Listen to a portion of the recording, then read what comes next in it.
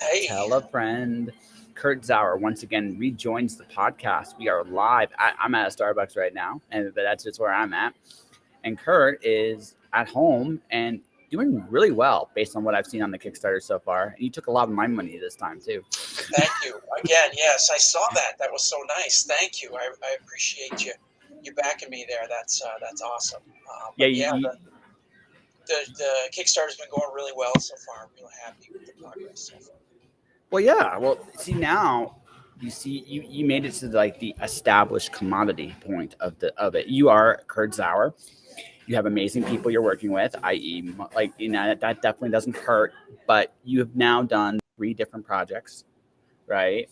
And now you have a following, right? You have a legitimate Yes. following, and now you're going to just grow, right? And now you almost, I'm not going to say you might have Rob Matulry's problem, where you might be getting big enough where you can do something else now too. I'm getting there. I'm Yeah. trying. Yeah, I'm trying to expand. So this is issue number 4 I'm in right now. The next Kickstarter is going to introduce a second title, and the script is more or less done. And Mog Park is going to do the interiors for that. She's going to do the Oh, interior art. so yeah, So yeah, making it very hard for me to get all her stuff. I gotta have you know, like that. She's making this very hard. I think what she's I think. busy. Yeah, yeah. Well, it's not even just that. Just so like okay, so this particular like so folks, I was saying this off here. I had a really hard decision. I had Mog's cover and I had On's cover, and I liked them both. I'm just like, I think On needs it more than Mog does. What a weird way to decide that, right? Yeah, Right? yeah, It's like what a weird way to decide that. So, and because I'm a big fan, and it's no secret to anybody here, I'm a big fan of Anvu because she's been on the show quite a bit. She's taught me some drawing stuff. So I figured that was the other thing that kind of pushed over, but it was tough, man. Holy cow! So what I did, folks, is I cheated. I got rid of all my Kickstarter privileges for the summer, and pretty much said, okay, so what do you got in your backlist? And it's just like, oh, okay. So I got all the mod covers from like 1, 2, and 3. Oh, That's what I did, right? That's why I donated so much. It was just like, okay, that way I can choose both without oh, so this is just me. This is just my own personal take. I get why people love variant covers, but mhm. I want a different story every time I get a comic. I'm never gonna be that guy who gets every variant cover. It's just not me. There are people Yeah. like there are people like that, and there's nothing wrong with that. And you obviously are catering to that to some degree. But right, it, it, I like a good story. I buy comics for the whole experience, not just the pretty cover. Pretty cover definitely doesn't hurt, but you know what I mean. But I Oh like the yeah. whole experience, right? So No, I hear you definitely. I mean, yeah, alternate covers. When I first started this, I did I did for issue 1. I launched with 1 alternate cover. For issue 2 and 3, I got up to 2 extra covers. And now I'm doing 6 in this launch. But it's just uh, it's an opportunity to work with so many different artists, right? yeah, So I see it. I don't see it as well. It's going to help with those people, yeah, that like to get all the covers. It's going to help with sales and things like that. But now I get to work with all these different artists that yeah, I get to see all their takes on my characters, and that's like part of my favorite part there's of doing also comic. Yeah, it's my favorite part of doing comics is seeing the art come through. So well, it's also there's another part of this, right? And probably the most important thing. Oh, okay, cool. I got looks like I got just got someone just offered one come on my show, right? oh, So cool. yeah, it's kind of cool. Like someone I'm a big fan of too. I don't know if you know David Wyan. David Lyon. No, Whalen. Oh, the name. Do you know him? The name sounds Yeah, familiar. yeah. He's a friend of mine, and so yeah, he's drawn on the show. He's in the interview on the show. We always have a wonderful little chat. Uh, Okay. but yeah, no, it's just been one of those. It's been one of those like moments, days, weeks, months, and it's just like yeah, because I like you saw my 800th audio, my 50th column for First Comics. By the way, thank you for being part of that little run. It just all happened at once, so it just kind of was one of those magical. Wow, I did cool shit kind of Yeah, moments, yeah, yeah. you know. But going back to what we're talking about with the like covers, there's another reason you're doing it too, and it's actually very smart. It's actually good business too. You're establishing relationships with people because not everybody fits every project. Like not everybody does, but who knows where you're going to be in a couple of years? Yeah. You might say, right. So in a couple of years, you might be like, I got this really cool story, and this person that did this really cool cover back here, I think is the right fit, and you know what they're like because you get to work with them on a small scale. It's actually really smart, right? You get to figure that out. You get to make cool connections because everybody appreciates the work. But also, it's like now you're a cool dude. And they'll give you like the opportunity to come back and do some really cool stuff. Yeah, it's fun, and all these artists, a lot of them, I just got something new tonight from an artist that I met at a show at Indianapolis Comic Con. I made a connection there. Really nice guy, super nice guy. And I have a really great working relationship with my interior artist and with Maud. This is her third cover now she's done with me. And she kind of said, hey, we need to get on and do a cover. I'm like, hey, yeah, let's do it. That's cool. So yeah, it is that too. It's establishing relationships. I work well with Chris Enot. He's had some things going on, and he's still working on the cover. CB Zane, I got to work with him the first time ever. He seems like a really cool guy. So yeah, and Ivan Tao, I got to meet him. He's Malaysian. I got to meet him at C22 last year, and he does some incredible work too. So yeah, I'm lucky to be able to bring all these people into my project and see what they bring to life. It's thrilling. It really is. It's a good time. But also, I mean, it's also in small ways a testament to you too, because they want to work with you. That's a compliment. That's always that's a huge compliment, man. So it's so for me, it's so easy just to be nice. I don't know why some people have the hardest time with that, but it's I love making comics and doing these things. So I have yet to really run into anybody that's you hear about people and difficult people, but I haven't really run into that yet. I'm still breaking into the scene, so to speak. So I haven't run into any of those people yet, but I'm sure they're out there. I don't know why they need to be, but I'm going to push back just a gentle little bit. Okay. You're not breaking in anymore. You're in, buddy. It doesn't quite feel like it, but it never does. No. It never does. Okay, so again, this is like your little bout. I guess we're gonna go a little bit into imposter syndrome because I think that's a real thing too. It like when you're doing really good stuff, you're like, how?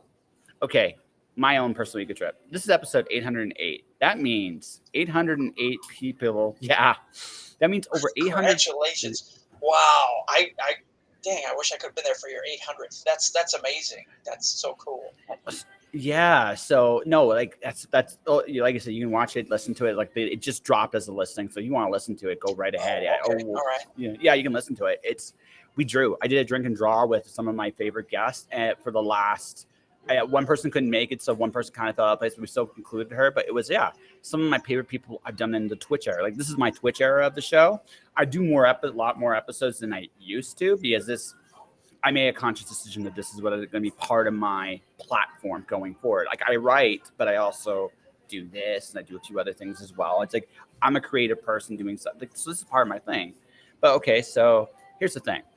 I just had, like I said, David Whalen asked me, hey, can I come on your show? David Whalen's a really, really well-established creative dude. Yeah. Mark Park's been on my show. Elsa Garza's been on my show.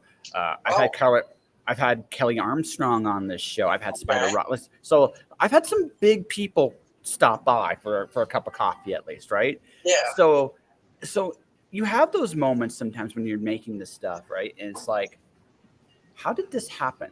And it's like it's right, you know what I mean, right? Like, how did this happen? Yeah. Right? No. And it's not a bad thing, right? I mean, but what you realize is There's no magic like barrier. It says you have broken in. Kurt Zauer, you have had 3 successful Kickstarter campaigns, well on your way to your. I mean, I already look at the numbers like, holy crap! Like, dude, you've got something there. Like, you really got something there, and that's a compliment. That's a compliment to you. And yeah, it never feels. What I realized success ultimately was, it wasn't like you magically cross this magical barrier. You just every day you get up, you do whatever that thing is you do. And then one day you just realize, oh my God, my whole life's changed.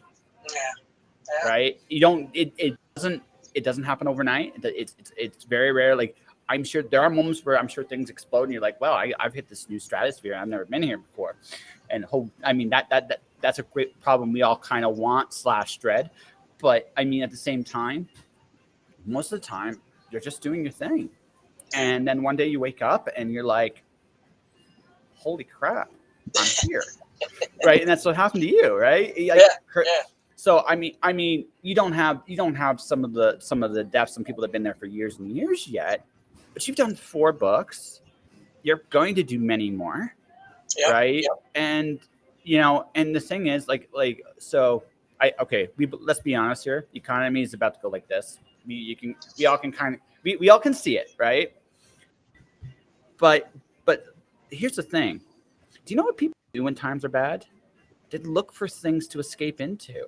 Yeah.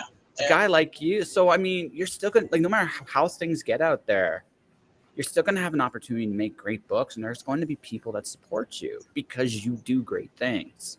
It might look a little different next year, but even so, you'll still do well. And who knows, right? Sometimes people think like bad times can also be great opportunities for people. And one of the things I say it like this. I'm not talking like drugs. People self-medicate in tough times. And one of the best ways to do it is to get lost in a good story. Yeah, a little escapism, yeah. Yeah. So, I mean, and you've already set yourself up. You've established yourself at a very good time. So depending on how you play your cards next year or the year after, and even be bigger than you could possibly imagine. Right place, right time. Who knows? Yeah. We'll see. I've got two shows coming up too. Oh, go ahead. I think I made you blush a little bit on that. I always blush when I get on to talk to people on shows. I'm not a You're a shy guy. You're a shy guy. I get it. I'm not an outgoing person, and this is actually quite a bit for me. So but that's cool. It's fun. I do miss. I like shows. I don't get a lot of interaction. I mean, I sit here and work all day, and I don't get out much. So with a show or a podcast or an interview like this, it's kind of my chance to get a little more interaction. So Contact's nice. I appreciate your time, though, Josh. Definitely appreciate you having me on. Dude, I'm always the one that's honored, because honestly, it's like you guys all want to talk to me too. I never take that for granted, right? I was an asshole and you wouldn't want anywhere near me, right? So yeah, that's true. Yeah. It's like, but I'm obnoxious sometimes. I mean, I'm not perfect, but I try, right? I do my best, right? But no, like, I'm just saying, like, just keep doing your thing, man. You're doing great. And I say this like as a friend, just like, you know what? You're not the loudest person out on the scene, but you're just quietly doing good stuff. And there's nothing wrong with that, right? Yeah. That's consistency and authenticity say a lot about a person too. It's been good. It's been fun. And I'm really surprised on how, and the art community, the comic community is really not anyone you need to be afraid of or shy in front of, because they're very accepting. They're very welcoming. Every cover artist, all the people I've worked with, they've just been great. They just like, well, what do you want? What do you think? You like this, or why don't we adjust this? And everybody's always been so cool.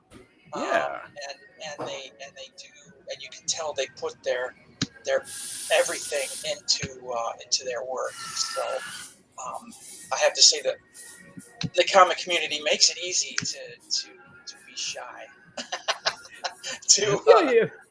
to not be the most outgoing person out there. So cheers. Yes, that's right. We're all dorks in the best of ways. There Right. we go. Yeah, There is yeah, right. that's cool. I can live Yeah. with that. I can work with Yeah. that. Yeah, totally. No, I'm openly crazy and a dork, and I'm good with it. Like I said, I'm freelancing for a living, so I mean, I am a taker. That's just who I am, right? So, That's fantastic. So how far along have you come since we last talked? I think it's been a so while I since am now. I can say this with all honesty. Um, I've had months now where I've made $2,000, which is oh, like you've made that's just what? me $2,000 as a Oh, freelancer in a okay, month. okay. I've got so yeah, so. Am I at the livings thing? I teeter. Now I'm You're at at that the tough. teetering Yeah, point, yeah. right? So someday, and like I said, I know I got some rough months ahead of me. So what I'm doing right now is I came up with an advertising business, and which is because a lot of people don't like to advertise, and so I interview people like this. I take clips of them, and I kind of give them a brand. I make assets that give them a brand. So Okay. someone like you, for example, right? Talking about your comic, you can do it, but you're probably not Yep. the most comfortable doing it, right? So what I would say to you is like, let's do an interview, like not this interview, but let's say another interview, kind of ask them like slightly, still laid back, but not a little bit more professional. Right. Get a little bit of your story. Get a little bit of your story. I make commercials. Like, I mean, I've done a whole, I did my first major client was last month, J.E. Taylor, author. She's done over 60 novels. So it's kind of fun to actually, yeah. So I had a lot to work with. And she was great. Like she was super great. She took the big package. She and a marketing person told me I needed actually to raise my prices a little bit because I Okay. actually do. Yeah, that's a good spot to be in. It is. It is. So I just did. I just unload. I'll show you when we get off the yard. Unload a new day. Basically, here's what we do. Like I do an interview with you, like an hour, like basically what we're doing here, but a little bit more. Again, a little more formal, a little still casual, but not but not quite where I'm swearing every sentence or you're swearing every. Okay. We're not just bullshitting, Right. mostly. And then Uh, I take some clips, highlight them, and I put them all over social media. But like my social media gives you access to your social media too, like your Kickstarter, TikTok, whatever the case may be, and get people to watch, listen, and just do micro ads and advertise for you. Right? I make videos. I've been doing that. I did that for a company. I made a show for a company, so I can do that. I can make commercials. I've done some animation, so so I can build. And the other thing too, I'm good at building people up. I'm really good at that. okay. So I don't know if you ever gotten one of my like little. I'll have to send you one of those. I sometimes send people like pick me up messages. Sometimes I'm really good at building people. Yeah. And I see your Instagram reels. Yeah. yeah, I'm really good at building. Yeah, so those Instagram reels like that was JE. That was like right. So that's the thing, right? So I build people up. I give them a brand that they can actually use. And then going forward, you still got to advertise. I'm not going to advertise completely for you, but I'm Right. giving you an asset that you have a clear identity of who you are, what you represent. And yeah, that's it. Like that's what I'm doing because I think, again, creatives like you are shy. So, but you do need to advertise. You understand that that's also one of the reasons you're on the show. I mean, as Right. much as you like talking to me, you also again you want people to listen to you or watch Yeah. you and there's nothing wrong with that, right? Like I said, Twitch generally people watch it in post, but where my big thing is it's my audio. My audio I have tons of listens. So right, and the Twitch has ironically helped that. It's a weird balance how that has worked, but all of which to say that I have an audience, I have a platform. You're coming in to use it to sell some books, hopefully, but also have a good conversation. And that's the nature. Like that's a big part of the business is you have to advertise yourself. So I thought, you know what, I can do it. I enjoy most like 99% of the people I interview, I genuinely like. Even if I don't always agree with them, I genuinely like them and I can find the things that make them them, you know? Yeah. And Yeah. yeah, does that so yeah, so I figured it's also perfectly with what I do with the podcast, right? It ties perfectly with what I do with the pod. If it doesn't work out, I mean, I can flip burgers for a while I figure out something else to do. But I also just think like I have all these skills. Why not use them to help build people up? Right. Yeah. Yeah. You got to hit your creative side. There's always got to be something, that the 9 to 5 job. For me, I've never been able to just do that and nothing else. I've always wanted to have. I've always had way too much on my plate, and I was a National Guardsman for a long time, and now that's behind me. So I kind of knew, even before I got out of the National Guard, I knew I would have to have something else, Yeah. Yeah. to push myself and to keep moving forward on. So I even started that before I started comics before I left, and so now that the National Guard service is behind me, and now I'm moving a little more heavily into comics. Um, but yeah, so there's always got to be something that you love that drives you. Yeah.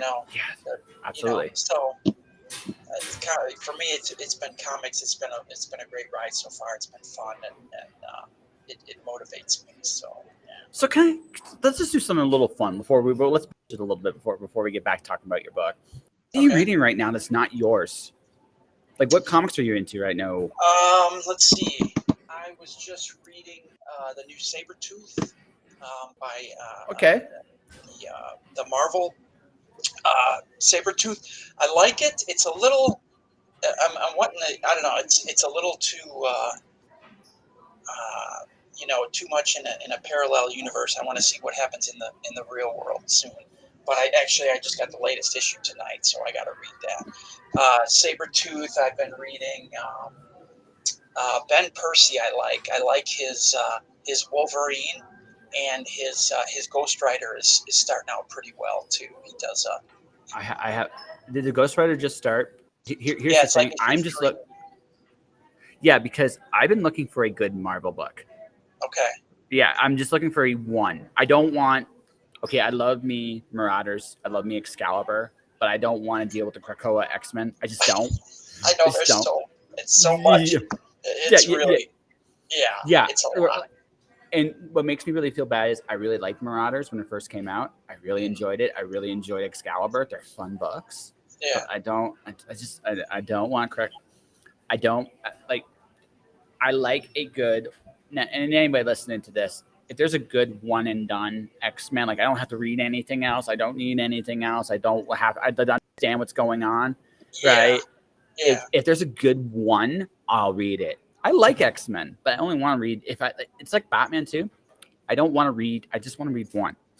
Okay, just give me one. You're right. I don't want like just one. Just that's all I want. Right. So that's why I stay away from them. So for DC, I'm reading Harley Quinn. Okay. Right. Because Riley Rossmo is a friend of mine. He draws it, and Stephanie Phillips has been on the show. She's a friend. She's my secret Canadian buddy in Florida, or no, right? So okay. She's secretly Canadian. And if Steph is listening to this somehow, some way, she'll get the joke, right? But no, they are doing a very fun run with that. I'm reading the new Saga. Finally, I'm reading Saga, which is. I've been in it since the beginning. I want to see where the story ends. Yeah. Right. So that's where I'm at with that. Homesick Pilots is just a cool little image design book, and then right now, Teenage Mutant Ninja Turtles, man. That's my. Hey, when I saw Kevin Eastman's name way back in the day when the first issue came out, I was just like, I'm in. I don't care. Yeah. Okay. All right. Yeah, that's what I'm reading right now. That's so I'm cool. right. Yeah, I'm looking for a good. Now, I don't want to read too many more mainstream books because I'm going to be very blunt. The Kickstarter stuff is like there's good stuff in the store, but there's really good stuff on Kickstarter, and I'd rather support. I'm getting Nair X by Bill Maas. I'm getting Nightwolf by Rob Mattori, Snowpop by him. So I'm picking up your books now. So it looks like I'm adding to my pile of indies. Right, and I'm enjoying Matt Knowles and Steph Cannon's. I enjoyed that. I just reviewed. That was my 50th review column, so I read their book too. So it's like I'm enjoying the sampling of all the different books that are out there. So it's just one of those things where it's just like I want to keep dabbling in the realm of Kickstarter. So I don't want to get too many more, but I want a good Marvel book. So if I had to pick just one, what would you think? I'd say Ghost Rider. Yeah. It's linear. It's not tied into anything, at least not yet. Um, and I enjoy. Yeah, yeah. I You don't enjoy blame me it. for that one bit, It's right? got a yeah. I grew up in high school when I bought comics. It was X-Men. It was Mutant Massacre and Inferno. Um, and then there were the Daredevil tie-ins and all those other things. But it wasn't like now. Like I mean, I totally hear you on Marauders and Excalibur and X-Men and now there's Immortal X-Men and there's X-Men Red and there's it's and Hold on. Let me reiterate real quick before you continue. Folks, if there's one X-Men book that just doesn't have anything to do with anything else, I'm interested. Suggestions. Okay, continue. I know it's tough. It's Yeah. tough because they work that. But yeah, I'd say Ghost Rider by Ben Percy. I really enjoy his Wolverine right now, and that I've been able to follow that without having to tie in too much with the X-Men. But he just started Ghost Rider, and it's probably about 3 issues in. It's got a horror tinge to it. That's kind of my thing. I like that. So I don't mind it. I don't mind it. I like so my favorite realms of reading are science fiction, young adult, and horror. Young okay, adult and horror are like the opposites. If they were like piano keys, young adult is like a bunch of white piano keys with occasional like black specks to highlight the darkness in the story. Whereas okay, horror, it's the other way. It's all the black keys on the piano with a little bit of white yeah, to just show like what normal might look like, right?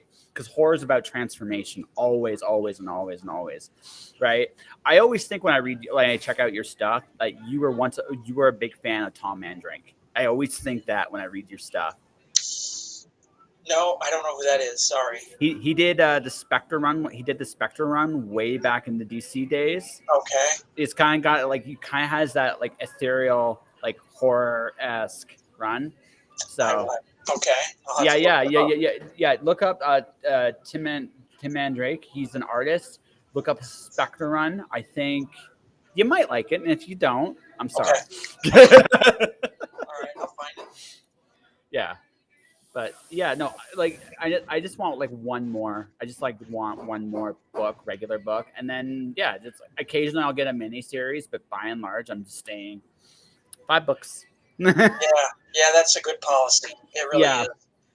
And like you say, there's a lot of good stuff on Kickstarter. I follow Rob Maltari's book Yeah. too, and Mog did such a great job with Snowpaw.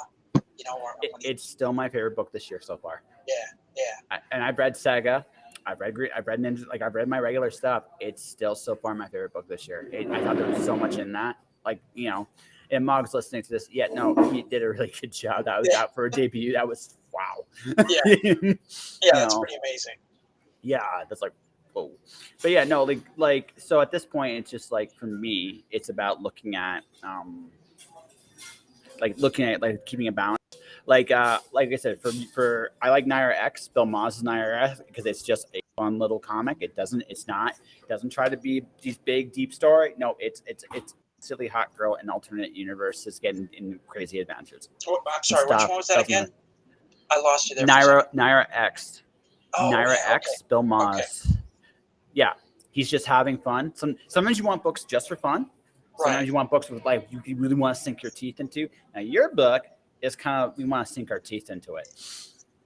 Yeah. It's a bit in depth. Sometimes I think it's maybe too much for my first series, but it's kind of the thing that really grabbed me, and it was really the story I wanted to tell. I'm gonna try a little bit more fun, lighter stuff with my vampire story coming up that Mog I hope will do the interiors for, and it's gonna tie into that universe, but it's gonna be a little more loopy and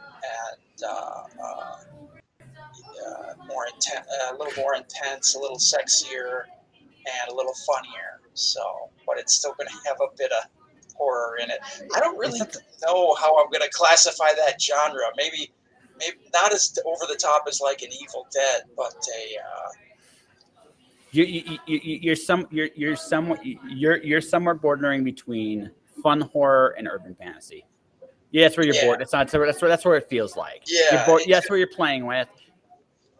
It's a fun space, my friend. Don't worry about it. Like you'll find an audience for it, right? You will find an audience for it. We'll see where it goes. Yeah, it's gonna go to some strange places. Okay, so here's a fun question. You've done 4 of these now, right?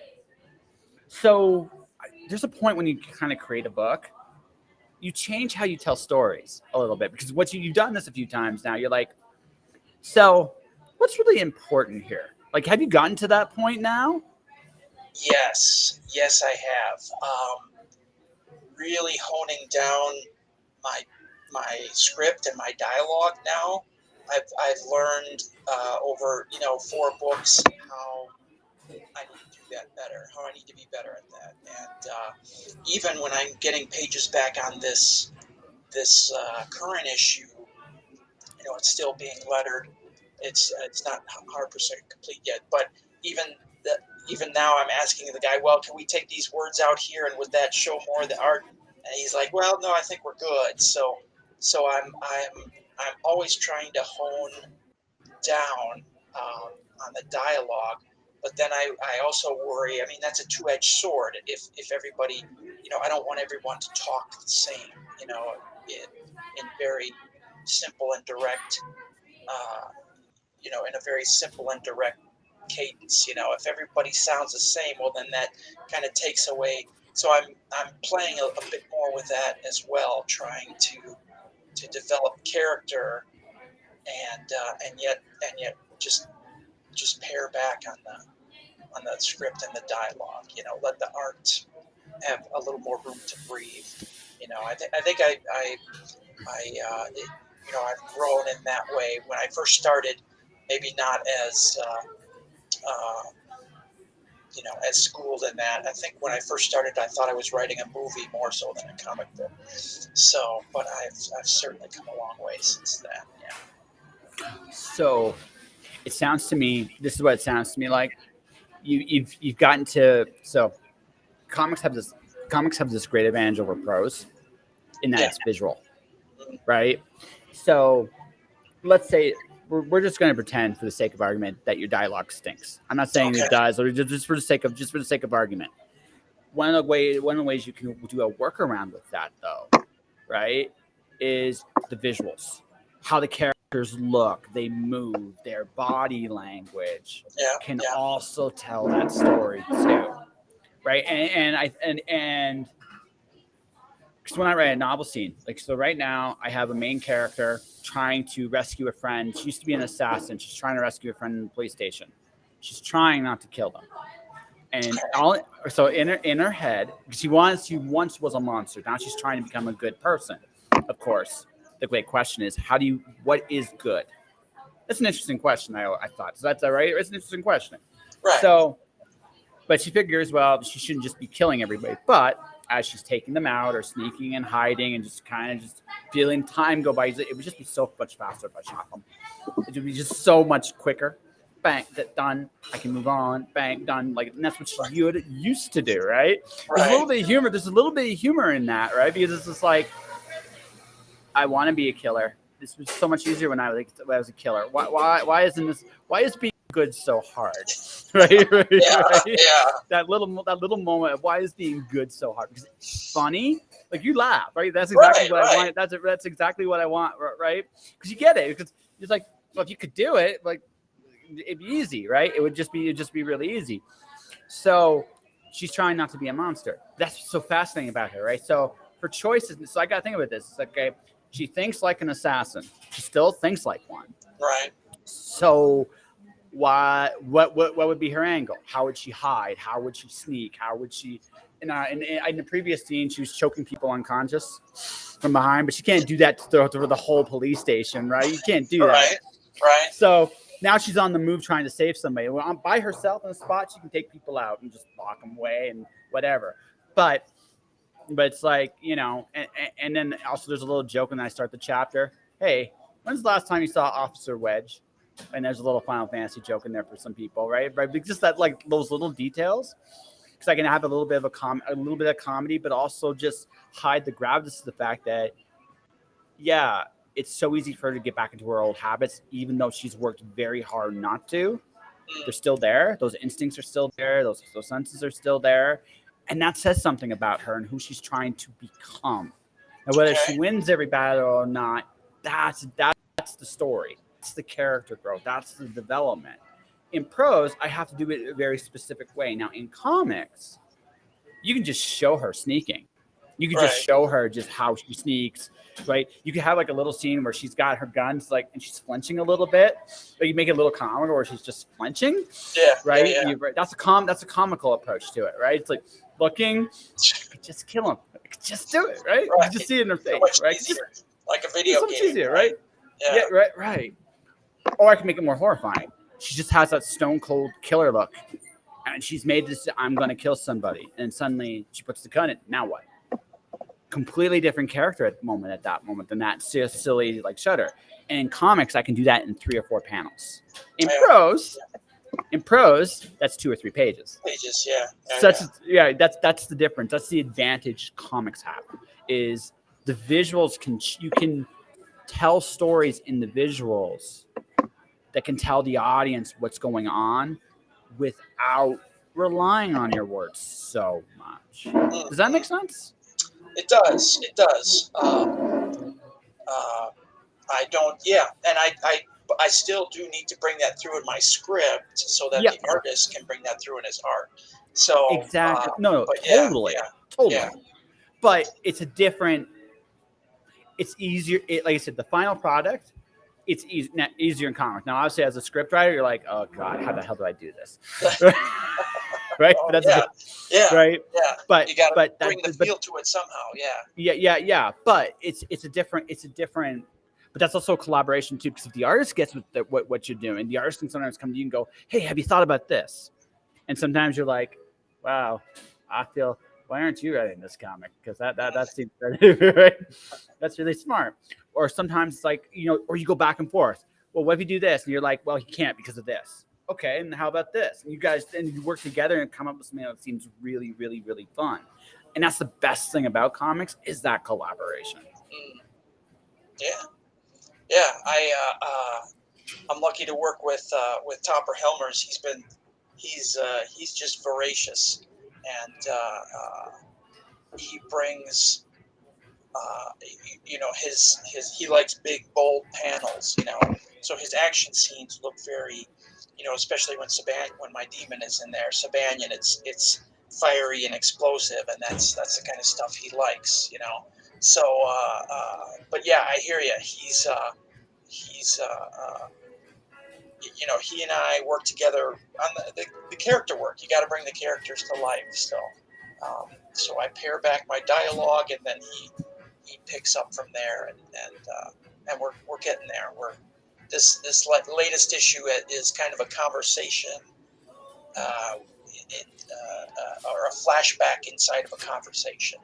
So, and he has fun with that, with the two of them eating Chinese, and the cats walking around, and it's a good time. Yeah, that's cool. Well, sometimes you need those moments. Like, actually, my other favorite thing about the Kickstarter era of comics? All of you guys feel like the old school comics of like the 80s and 90s. Like all of you. I don't feel like there's a writing for the trade. Like, I think one of the cool things about Kickstarter, it's a double-edged sword sometimes. But right, your issues all have to be almost a complete story in of themselves. Which is again, it's how it used to be done. It's like someone would go to the store, you'd read this 20, like you'd have little subplots, like you have plot A and you have like maybe subplot A and subplot B, and you develop them until one of them becomes plot A. But plot A is the story, and you're telling a full story. You might be leaving it on a cliffhanger because you guys are evil like that. Right. But yeah, you're evil like that. We want you to come back. That's our whole idea, folks. We want you to come back.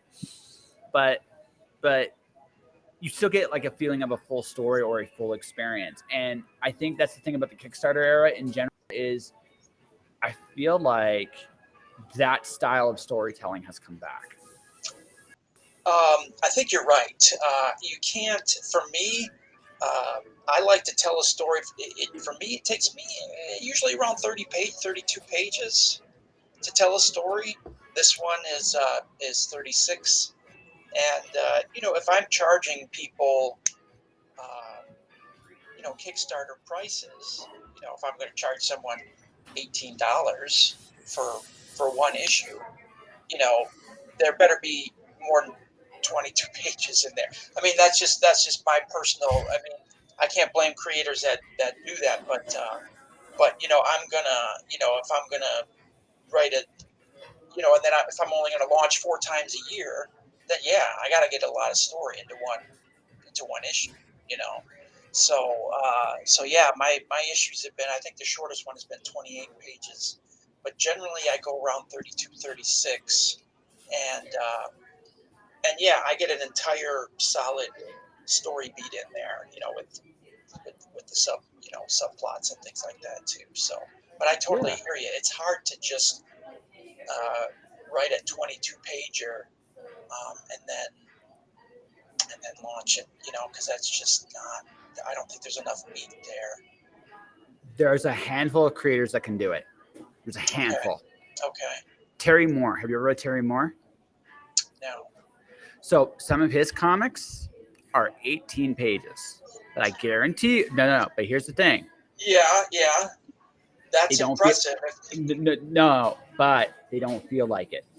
They don't feel like it. The way he structures his comics are in such a way, not that the books are bigger per se, his panels, wow, he puts a story together, stands out so much. I feel like when I read a Terry Moore story, it doesn't matter what I pay for it, I get my money's worth.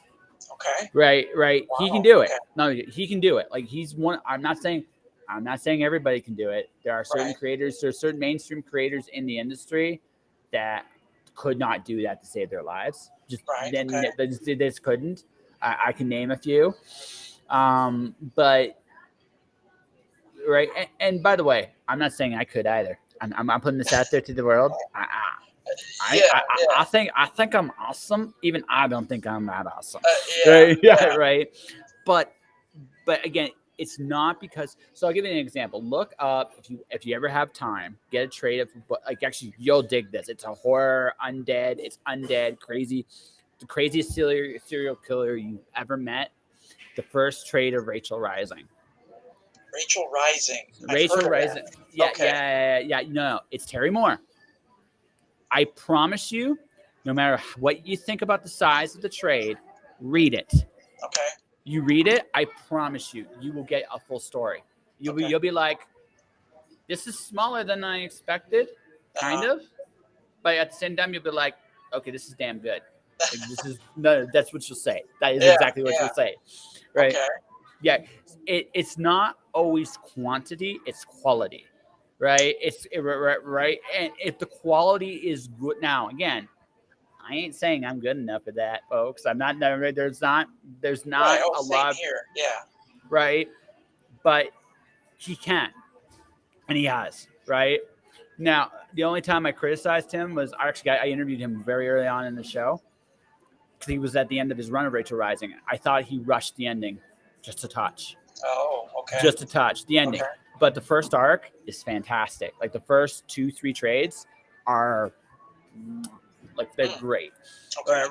Right. And even the one at the end, he rushed it a little bit, but you still got a really decent story. You just knew it's like he wanted another issue or two for this. He just wanted another. He just wanted. It would have been a lot neater, per se. So, but no, he wrote but again, he's the exception, folks, not the rule. Yeah, right. Yeah. Well, it's funny. Somebody told me I got into C2E2 last year, and in retrospect, it wasn't that great of a show, and I think they just kind of fit it in there. But that's neither here nor there. But somebody said, "Well, hey, it's a big show. if there's somebody there, have a pitch ready, and that thought terrified me. If if some Marvel exec comes by, again, this is just me shooting in the breeze here, but says, "Ted, give me an X-Man pitch," and I think I would just stand there agape. I don't know if I could write a 22-page X-Man story, again, because of the tie-ins and the timelines and all those things. But perhaps, over time, as I get better, I learn where to hone down my story to shave it to the bare essential. Maybe that just is something that takes time and something I'm still learning. Oh, So there's definitely a process to it. Although I have a very interesting thought for you. Yeah, something to consider. Would you want to write an X-Men story? And I ask this with respect, right? I'd love to, but no, because like you say, now there's just too much, and I would have to probably I'd have to take a week off of work and read the last 2 years of X-Men comics, like And all of them. I'd have to get Marauders and Excalibur, and you'll like those. Yeah. You'll like those. Some of Yeah. them, no. Like, here's the thing. Some of them are actually really good. You'd be like, Yeah. yeah. And some of them you're like, why? It's like, yeah. right? No, the Wolverine I've enjoyed, and the Hickman, the Hickman. I've enjoyed the Krakoa books, to be honest. I've liked them. No. Or at least that new starting point, anyway. So some of them, Death of what was it? Oh, Trial of Magneto. That one I didn't care for, but so I'm Jonathan Hickman for me is when he's on, man, he's on. He's one of the best in the world. When he's off, I get like sometimes he gets lazy, and I can tell it's like, okay, you phoned this in sometimes. So it's like, you phoned this in. I know you did. Yeah. I know you did. Yeah. Right. So because he is so good when he's so on, man, he's so good. Like, it's not even like. But when I can tell when I read enough of his stuff. Like, when you're on, man, you are one of the best in the world. But when you decide that you're gonna phone it in, I can tell. I can hear the ringtone from here. It's like, beep. Yeah, I can hear it. So it's like I can hear it from here. I've seen it with him a couple times, right? So, and I would say this to his face. I wouldn't care because I don't have the same. It's weird because the more independent I become, the less desire I have to work for the bigger companies. Don't get me wrong. I am enough of a comic book. This for me, it would be Green Lantern. Can you tell a Green Lantern story? Yes. Right. That would be mine. That would be mine. Right. It's like I quietly pitched to someone working at Warner's like what I would do for a Green Lantern cartoon, how I would do it. Right. I would do all the lanterns, but I would do it in a very certain way. That each season would be a different lantern, and there would be a reason for that. And I was like, because I love all the characters, and also because if I do ever decide to play with Green Lantern, I'd want to play with them all. I would want to play with I'd want to play with them all. Yeah. I just would do it in such a way that it would be palatable. The Green Lantern universe is like dense, so I'd be introducing it in pieces, right. little pieces, because like the first season would be Pulp Hero, Green Lantern, that'd be Hal. Second season would be Guy because a Guy's just fun, right? Third would be John. In my opinion, the money in Green Lantern is John Stewart. That's where the money is. Fourth would be Kyle. Then fifth season would be Simon Baz and Jessica Cruz. That would be fifth. And then Joe would be the last season. And I would be like, and then just everybody would have their story. And I figured out how to do it. It was like, cool. That would be my dream. That would be my dream. That would be the one I'd be like, yes, give it to me. I know all the lore. I would be the man for this. I would have so much fun with this. Right. And that would be my dream. But would I do it in the comics? How long do I get to play? Right. Yeah. Right. Because from the comic standpoint, what would actually make people happy, and from the comic standpoint, they used to do these Do you remember the old quarterly comics, like the old quarterlies, where they do like these short stories in them every so often? I think so. Yeah, it's been a while. I I would, probably got some from the late '80s, early '90s. Yeah. yeah, like that era, right? Yeah. Give me. I would do a Mogo story, the likes of which you've never seen, Okay. right? Yeah, 8 pages, Mogo. I would be happy. I'd be like, you know what? I'll never have to touch the comics again. That's it. I'm done. Yeah. It's like, Yeah. don't you want? It's like, nope, nope, nope, nope, nope, nope, nope, nope, nope, nope. This is good, right? That's right. Yeah. Yeah, right. That would be me. That would be me for the comic. But I also I love telling my own stories. Like I think that's the thing, right? It's weird because now that there's so many doors open, like there's so many doors open. I mean, there are reasons I would tell a story in mainstream comics, but I'd be looking at like, maybe this sounds like a really callous answer, but would it be good for my brand?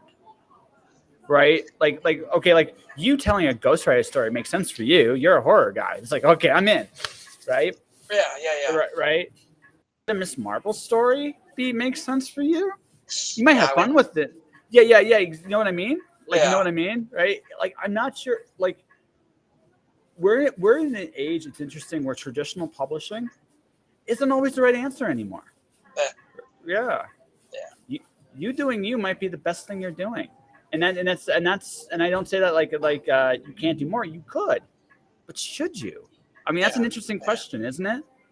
Well, and then you've got your whole. I mean, you've got, the big two and those. They. I mean, they have. I'm sure they have a ton of fun, but they also have those constraints and they can take characters to new places, but at the same time, there's still a timeline they need to feed into and things like that. But with us, we can,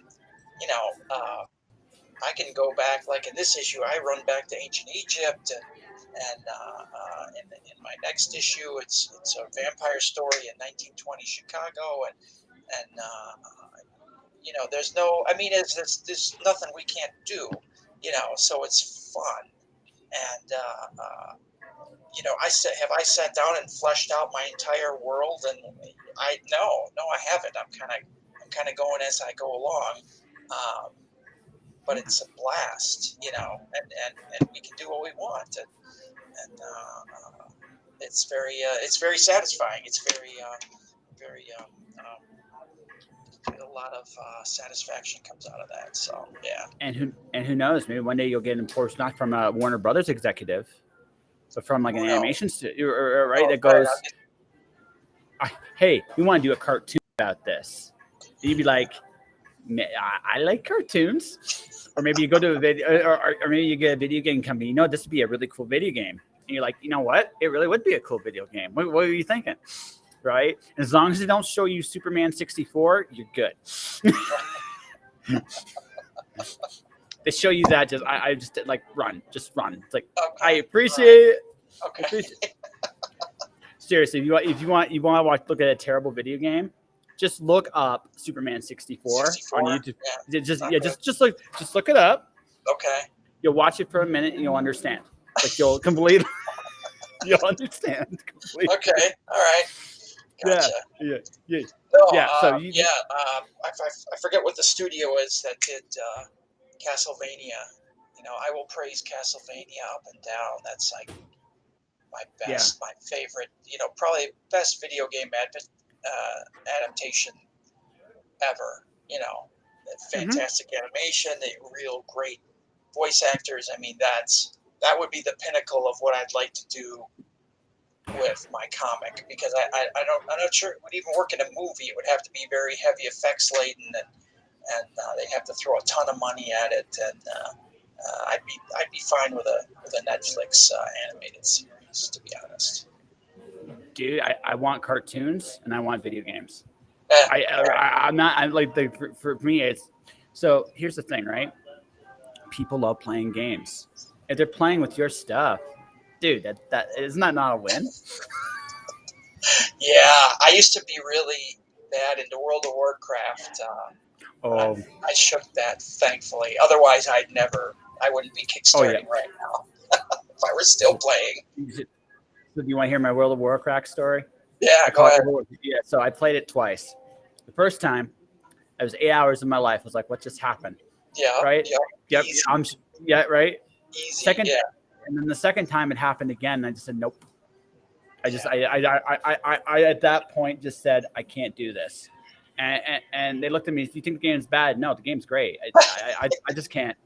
I can't. A wise choice. Very much.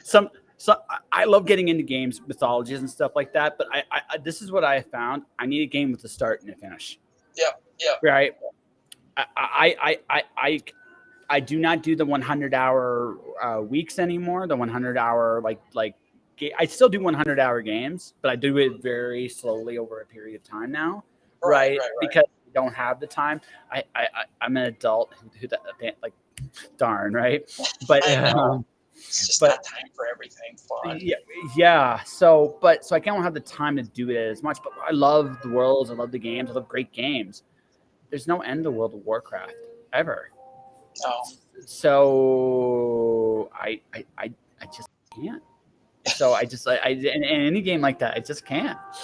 I'm not even mature. Like Kurt, I'm not mature enough for Netflix. Like I have problems. I have problems. Impulse control is the word. Like here's the thing about Netflix. Netflix will just let you keep going. Right? Oh yeah. It just lets you keep going. And so for me, so the second to last nail on the coffin was Daredevil. It was a great show. Yeah. There's nothing wrong with liking a great show, and you can do it once. You go never again. Then I did it with Kill la Kill, which is an anime that's nowhere near as good as Daredevil. It's nowhere near as good, and I still streamed the whole thing in the night. It's like I have a problem. Carrot. Yeah, I know. It just fired up for us. Hero Mask, I think it's called. We started watching that. It's more of a sci-fi anime, but it's good. There's some good ones up. No, good shows. I don't have a problem binging once in a while. Like it's when you don't have the impulse control to stop the okay shows. Not like I'm not gonna say Kill la Kill was bad, but it was okay. I wasn't writing home about it. You know what I mean? Right? I wasn't writing home about it, but I ended up watching the whole thing in the night, and I just realized, okay, Josh, you are not mature. And it's actually in my next book, in my next bio, it's like award-winning author or award-nominated author, award-winning podcaster can't control his Netflix habits. Or his World of Warcraft habit, but he wisely avoided that. So no. See, I avoided temptation there. I lost. See, Netflix officially kicked my ass. I avoided the temptation of World of Warcraft. That's how I look at it. It's like I lost to Netflix. I'm not ashamed to admit it. World of Warcraft, I didn't lose. I stopped. Right earlier, I stopped. It's like this is a really addictingly good game that I'll always play. Oh crap! Right. that was it. Yeah. You can declare victory over that one. That's good. That one. That one I won. Netflix, I lost. I lost to Netflix. I'm okay. I got my butt kicked by Netflix. I'm really, really good with that. No, it's just the thing about video games. They hit the same creative spots in the brain that creating something does. That's why they're so fun. That's why they're so addicting. That's why they're so good. Yeah. You know what I mean? That's what makes them so good. And we can't create all the time. Even like as active as I am, I don't create all the time. I need that break. And then video games are great for that. Oh yeah. Yeah, they're totally great for that. You gotta turn your mind off. You gotta I hear you, definitely. Yeah. But for me, so folks, my games of choice are Persona and the Tales games. Okay. Those are my games of choice. So, and then I'll take years to beat them, and I don't care. I don't need. It's good. Yeah. It's good that you do that. We're not over a 4 or 5 day period. That I don't win every battle. I pass, but I don't win every battle. Persona 5 was really hard. Like that one ate my life for like a week, and it was like, oh yeah, that one did. I won't lie, right? But if you play the game, it's a good game. I don't feel bad. So some games you don't feel bad about with that. It just there was no deadlines at that moment, so I didn't feel so bad. But yeah, when you have deadlines, when you're trying to make a living with your own creativity, yeah, better self-control. Yep. So that all said, like before we wrap up here, so again, you're farther along. I'm just gonna call you a comic book professional, dude. I'm All sorry. right. You have to deal with that. Uh, Okay. all right. I'm a professional, still getting better, still honing, still getting better. You always. Still Okay. always Can improving. I build you up? Can I build you up? Continue. Yeah, go ahead. Okay, let me Fire build away, you up. You've done something that's very hard to do for any creative, any project out there, and that's this. You finished a project start to finish. You released a project, then you did a sequel, then you did another sequel, and now you're doing another sequel. man. You have become a consistent creative force in the comic books community, right? And you write a good book. You really, really do. So Thank you. Thank you. there you go. And so, dare I say it, it's okay to say this, Kurt. You're good. You're good at what you do. It's okay to say it, right? Thank you. I Yeah. appreciate that. I do need that on occasion. Yeah. Well, everybody does, right? Yeah.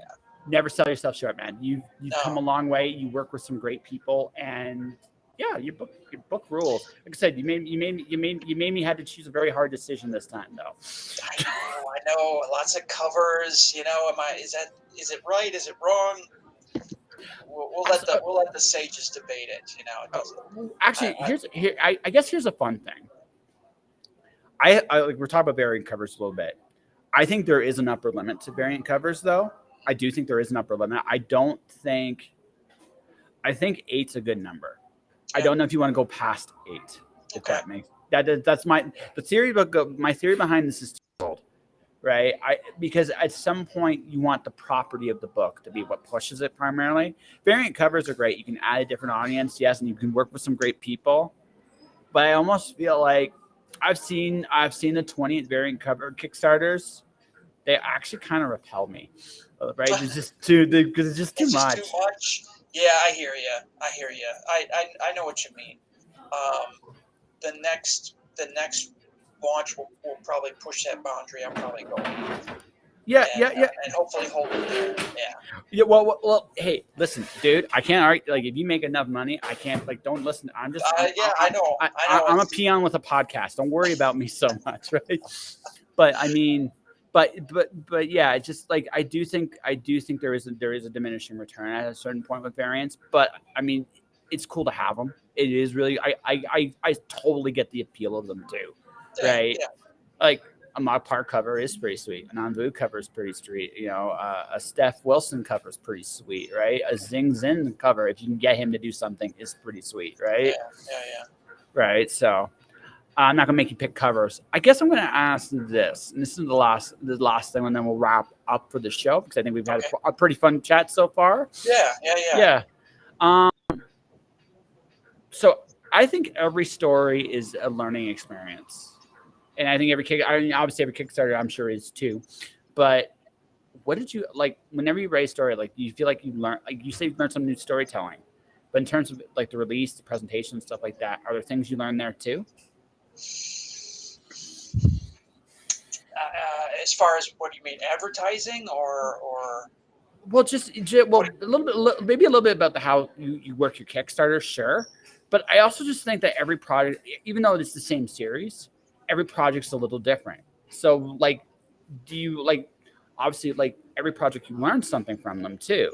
So, like, doing this way, I guess we'll go like this. Doing it this way, what has been the biggest experience or the biggest lesson Kickstarter has taught you? Ooh, boy, that's a good question. Just really, it's outreach and interaction. I need to build my fan base. Kickstarter helps with that, but without without my returning fans, I'm not going to make it, to be honest. Yeah. So I need to. It's something I need to continue to do. I try to have a landing page where you sign up with your email and so on and so forth, and that's and that's a way to get a new fan. But to me, honestly, I got to keep growing by meeting people. I got to keep hitting conventions. I got to keep, making uh, when I'm in person giving a pitch to somebody, I have a lot more passion than I do by directing some, a lot more passion is going to come through that than shooting somebody to my website. So Yes. it's more, it's a great electronic, it's an internet tool, but it's not a substitute for meeting people, for getting out there, hitting the road and doing the work and building your base that way. So, I've got 2 shows coming up. I think that it's going to be a great boost for my Kickstarter. Um, and I think from now on, I'm going to plan my Kickstarters around uh, my conventions because it's that boost. It happened. I did Planet Con a year ago during a live Kickstarter, and it was great. It was a nice boost. Doing the show while I had a live Kickstarter. May I offer a fun suggestion? Yeah. Do a panel. Yeah. I've done. I did a couple. I've done one in Madison. Um, but yeah, no, you're right. I need to try to jump on more panels. Yeah, no, because here's the thing, right? So from a panel, my favorite the panel I did, right? My favorite I used to do when was Collide in Calgary here was I called it Dr. Seuss off. You want to turn adults into children really fast? Make them read Dr. Seuss. It's Right. one of the most hilarious things. First year I did it, had like 12 people. Second year I did it, I filled the room. They actually had to I filled the room because what happened is when you start hearing stories of people doing Fox and Socks in a Russian accent or a Valley Girl voice or you see right. And last time I did it, it was like operatic. Like I created an environment that was fun. And because I created that environment that was fun, people came to me. Right now, that's not the only way to do it, but you have your own expertise, your skills. You love horror stuff.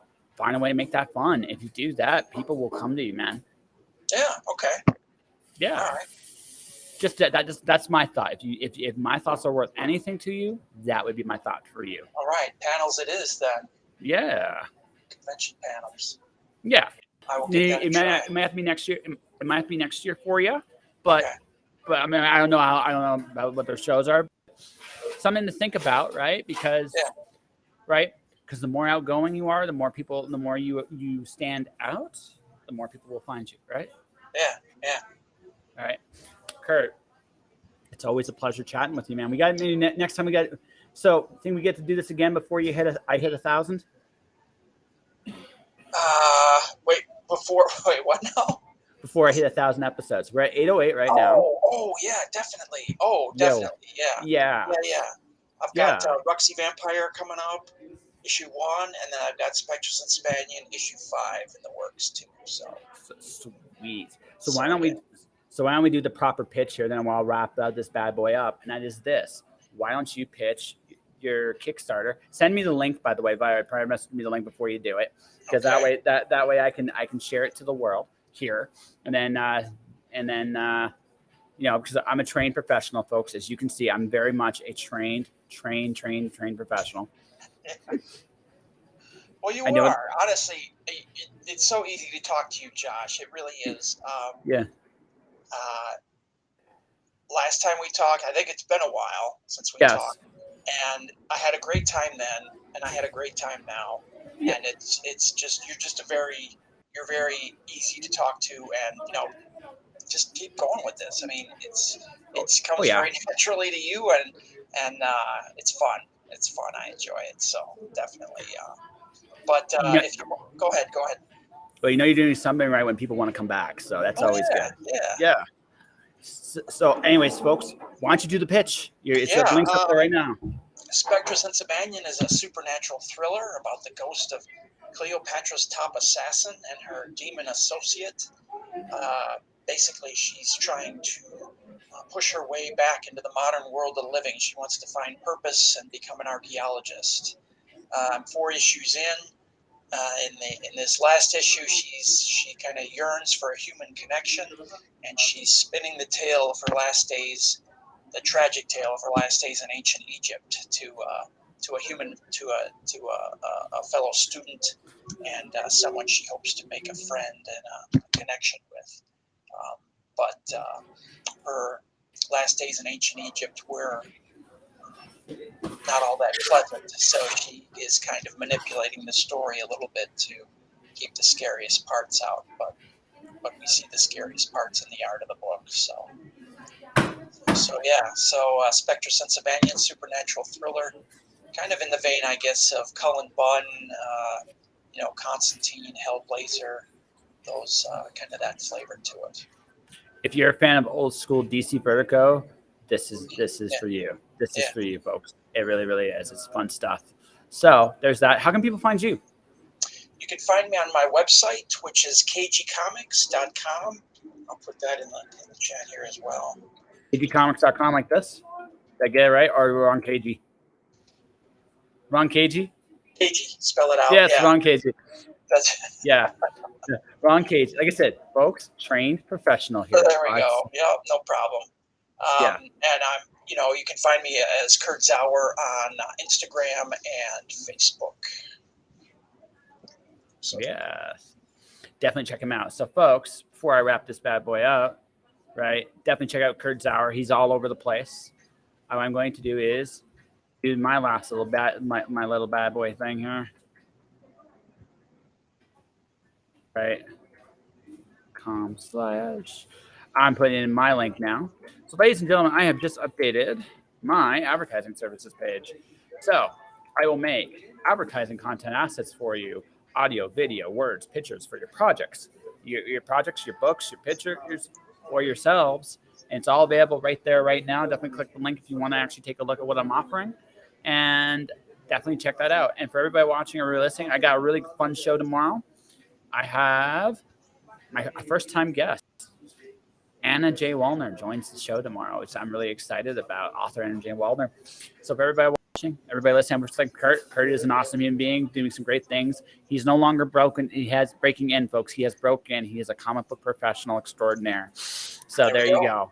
There you go. So for everybody watching, everybody listening, thank you for watching. Thank you for listening. Stay inspired. Keep shining in the dark. And I'll see you guys tomorrow. Thank you, Josh.